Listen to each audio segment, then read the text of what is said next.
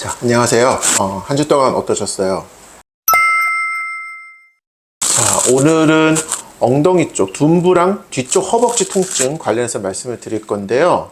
그런 분들 꽤 많아요. 엉덩이가 뻐근해요. 아니면 이렇게 허벅지 뒤쪽 이렇게 오시거든요. 오셔서 이렇게 짚으세요. 엉덩이 이렇게 넓게 짚으시거나 아니면 이렇게 이런 데가 어떻게 불편하세요? 여쭤보면 뭔가 뻐근해요, 저려요 이런 식으로 표현하시는 분들이 많아요. 그 통증에 관한 설명을 드릴 거예요.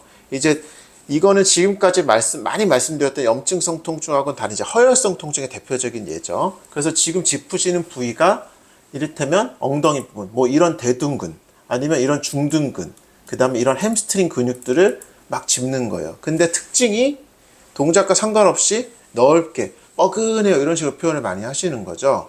제가 예전에 설명드린 거 있죠. 허혈성 통증. 그러면 이 엉덩이나 허벅지를 지배하는 신경이 어디선가 눌려서 그 신경에 영향을 받는 근육들이 자꾸 뭉쳐 있으니까 뻐근하게 허혈성 통증을 일으키는 거거든요. 그러면 요 둔부 쪽과 허벅지 뒤쪽에 영향을 줄 수 있는 신경이 뭔지를 잘 보면 이렇게 걷어보면 우리 몸에서 신경이 허리에서 나오게 되는데, 자, 요렇게 내려가는 신경이 있어요. 요렇게. 이게 좌골신경이라고 그러는데 허리에서 나와서 이렇게 허벅지 밑쪽까지 쭉 주행을 하게 되거든요.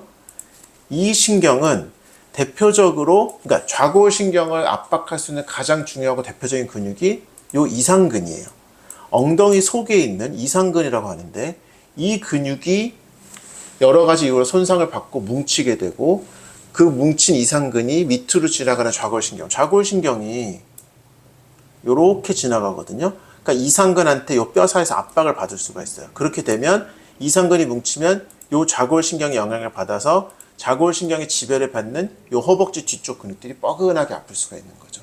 그래서 이렇게 허벅지 뒤쪽이 뻐근해요 라고 표현을 많이 하시는 거고, 보통 다리가 뒤가 저리거나 막 뻐근하면 디스크만 생각하시는데 디스크 외에 이상근 때문에 아픈 경우가 오히려 더 많아요. 그래서 그걸 꼭 생각해 봐야 되고, 이상근이 아래로 내려간 좌골신경을 누르는 경우가 있고, 이렇게 위로 거꾸로 올라가는 이런 궁둥신경, 뭐 상궁둥신경, 하궁둥신경 이렇게 있는데 이 둔부 쪽을 지배하는 신경을 압박하는 경우가 있어요. 그렇게 되면 이 근육의 지배를 받는 이런 중둔근이라든지 아니면 이런 대둔근이 뻐근하게 아픈 거죠. 결국은 엉덩이와 허벅지 뒤쪽의 통증, 그러니까 그쪽에 저리거나 뻐근한 허혈성 통증은 이상근이 가장 문제가 된다고 볼 수 있어요. 그래서 그쪽을 짚을 땐 일단 이상근을 가장 먼저 체크를 해보고요. 이상근을 치료했을 땐 대부분 어느 정도 이상은 반응을 해요.